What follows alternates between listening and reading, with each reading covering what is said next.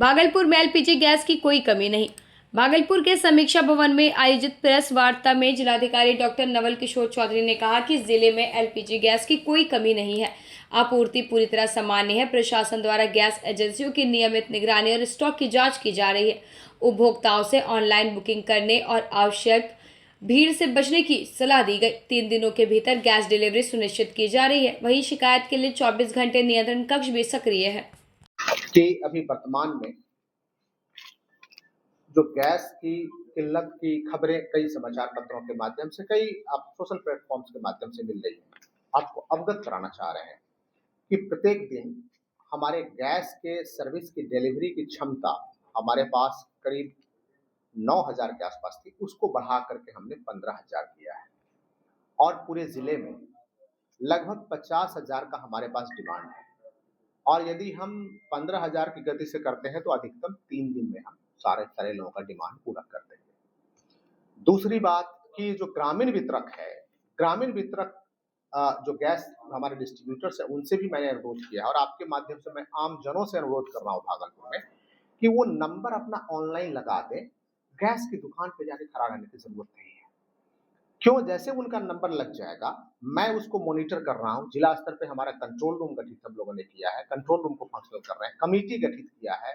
हमने सभी BDO, CO, ammo, SHO सबको निर्देशित किया है, एसडीओ, एसडीपीओ को। एसपी साहब भी के पास भी कॉल है और एसपी साहब भी लगातार नजर रखे हैं। क्यूआरटी भी हमने गठित किया है। तो जैसे ऑनलाइन वो फोन करके नंबर लगाएंगे तो हमारे डेटाबेस में आ जाएगा, हम उन्हें गैस डिलीवरी कराएंगे। और जो आवश्यकता के हिसाब से ग्रामीण क्षेत्रों में अक्सर आम।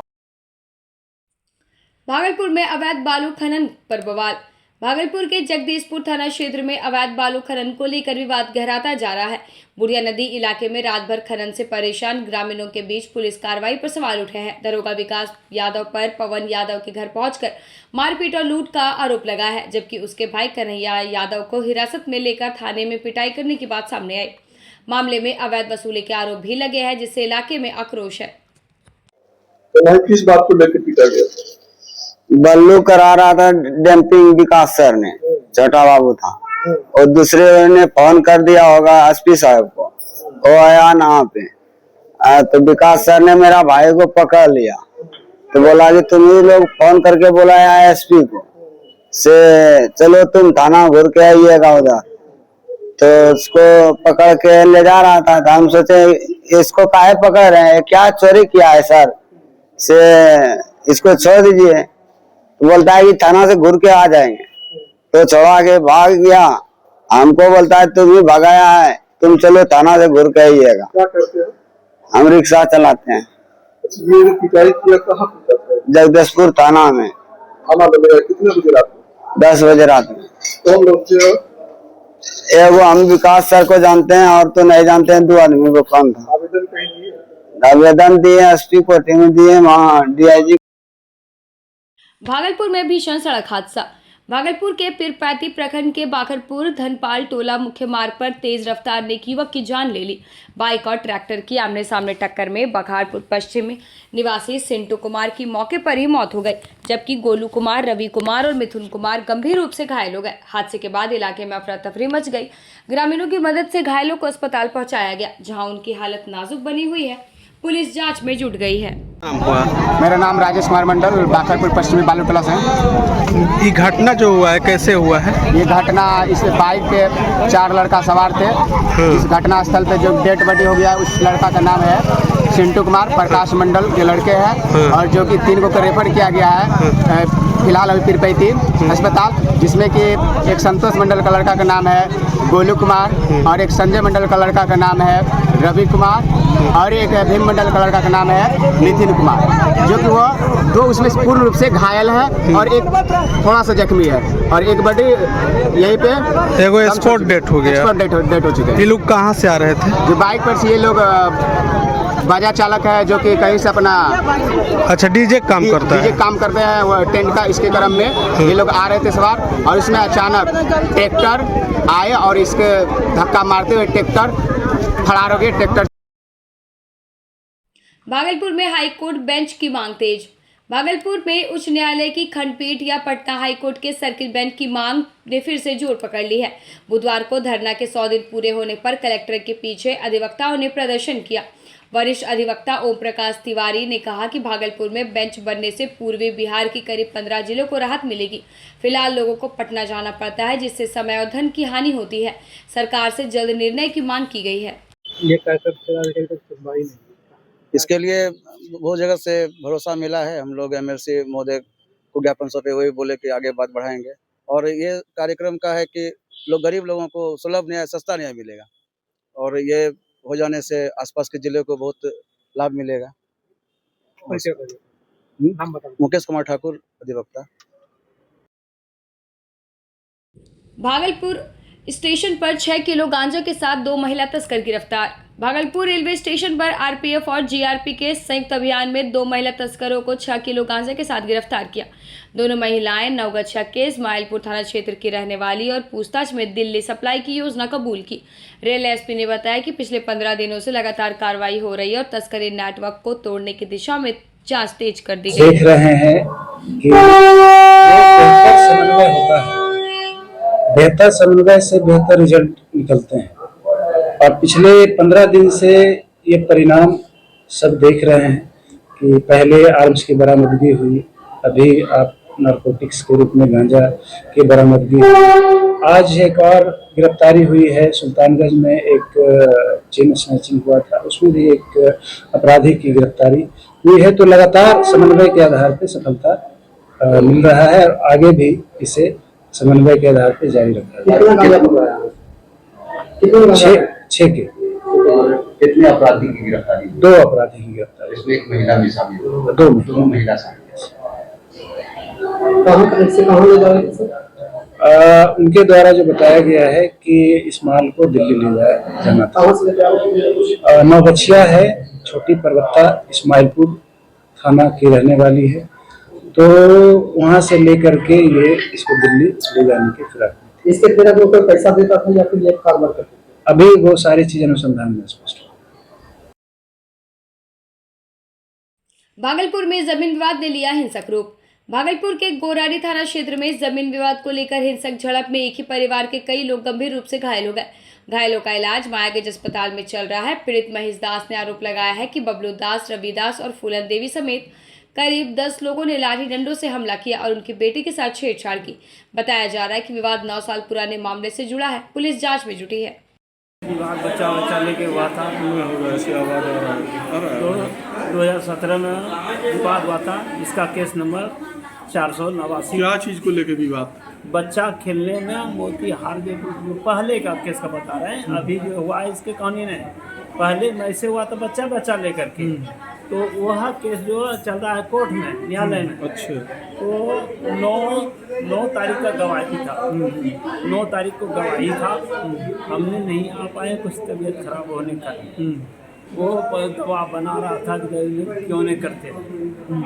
17 से कोर्ट में चल रहा है, तो कंप्रोमाइज करने के लिए कह रहा था ना, जिसके कारण से वह जो है फिर इस शनिवार को दिन 17 का 489 17 है केस नंबर, वो कोर्ट में न्यायालय में चल रहा है।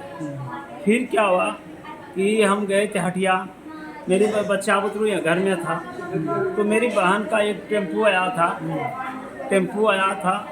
तो वह बबलू दास, शिवदास का बच्चा जो है वो मेरे टेम्पू में जा करके जो रिश्तेदार का आया था मेरे यहाँ, उसका जो रेक्सिन उजार रहा था। वही वाला कि तुम्हारे बाप को टेम्पू, हमारा बच्चा जो छोटी है वो जो उसको भगाया दिया, नहीं हम नहीं बैठा काय गुजारता है रेक्सिन, यही लेकर के। तो हम था ही नहीं, मेरे परिवार बच्चा था ही, उसको भगाया, बस दोनों बच्चों में फिर भिड़ गया, मारा उसका। बस वो आ करके जो उसका कि शिवदास उनका पुतहु शिवदास का पुतहु कि फूलन देवी, हाँ फूलन देवी ने और बबलू का तो किरण देवी ने, दोनों ने मिलकर सुनिए ना। उसके बाद जो है बबलू दास का जो जमीनी विवाद में खूनी संघर्ष। भागलपुर के गोपालपुर थाना क्षेत्र में जमीन विवाद को लेकर हिंसक झड़प का मामला सामने आया। आरोप है कि प्रकाश यादव ने अपने साथियों के साथ मिलकर लाठी डंडे से हमला कर भुवनेश्वर यादव और हिना देवी को गंभीर रूप से घायल कर दिया। दोनों का इलाज मायागंज अस्पताल में जारी है। पीड़ित पक्ष का कहना है कि पहले से ही विवाद की सूचना पुलिस को दी गई थी, लेकिन कार्रवाई नहीं हुई। फिलहाल पुलिस मामले की जाँच में जुटी है और आरोपियों की कार्रवाई की मांग तेज की जा रही है। हम लोग को तो जाने का सम्राट नहीं था। ये तो सर पर एकदम से सर पर हाथ को छोड़ दिया था। हम तो सोचा अब तो जान से गया, अब क्या कर सकते हैं। हम लोग चिल्ला रहे थे एकदम से।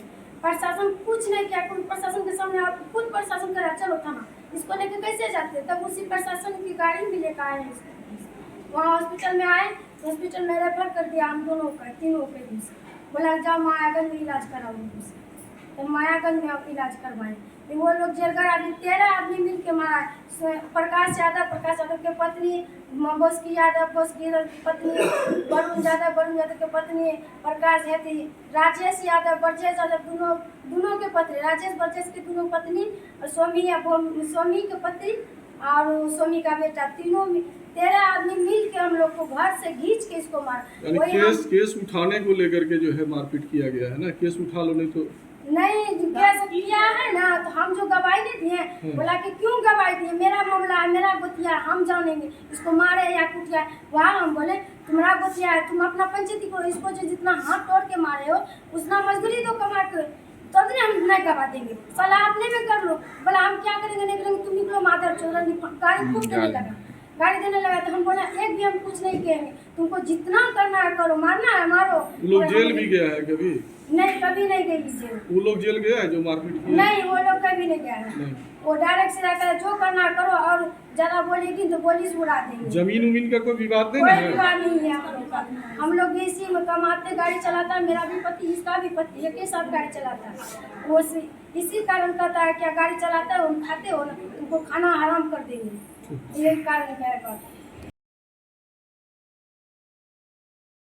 भागलपुर के पिपरा गांव में चैती नवरात्र पर निकलेगी भव्य कलश शोभा यात्रा। भागलपुर जिले के सुल्तानगंज प्रखंड अंतर्गत करहिया पंचायत के पिपरा गांव में चैती नवरात्र को लेकर 19 मार्च को भव्य कलश शोभा यात्रा निकाली जाएगी। विधायक प्रोफेसर ललित नारायण मंडल, आशीष कुमार, समाजसेवी रामधनी यादव, नगर उपसभापति नीलम देवी और लोजपा युवा जिला अध्यक्ष मनीष कुमार के सहयोग से आयोजन किया जा रहा है। सुबह 5 बजे हजारों श्रद्धालु ढोल नगाड़ों के साथ अजगैबीनाथ धाम की उत्तर वाहिनी गंगा से जल लेकर पैदल पिपरा पहुंचेंगे, जहां नवरात्र का शुभारंभ होगा। कल जो है शोभा यात्रा निकलेगा, इसके लिए क्या श्रद्धालुओं को क्या संदेश देना चाहेंगे? ये तो बहुत शुभ बात है कि गांव के सभी लोग मिलकर के वहाँ पर जो जग करा रहे हैं, गांव का, पंचायत का, प्रखंड का शांति हो और सब लोग आपस में मिलजुल करके इस कार्य को करें। हम तो यही सब करेंगे। और कौन जगह है ये? पिपरा मेला चैती दुर्गा ना हर साल भूल जाते हैं। नहीं, हमको लगा दूसरा होगा। तो चैती दुर्गा तो वहाँ बहुत दिनों से हो रहा है और हम शुरुआती दौर में भी हम वहाँ पर बराबर जाते थे। जब वहाँ पर विवाद होता था जाकर के हम लोग समझाते थे लोगों को। इसलिए माता चैती का वहाँ पर बहुत प्रभाव है और पूरा गांव ही नहीं, पूरा इलाका इस शुभ आयोजन को निभाता है। इसलिए हम ये कहना चाहेंगे कि जिस तरह से मिलजुल करके इस चैती दुर्गा पूजा का हम लोग करते हैं, उसी तरह से इस बार भी मिलजुल करके भी आपस में मिलजुल करके यही हमारा है।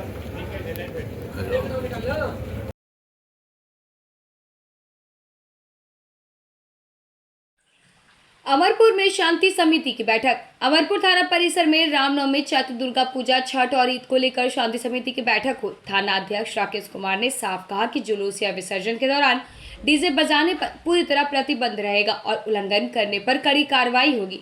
बीडीओ प्रतीक राज ने पूजा व जुलूस के लिए लाइसेंस अनिवार्य बताया। पुलिस ने अफवाहों से सतर्क रहने और सौहार्दपूर्ण माहौल में पर्व मनाने की अपील की।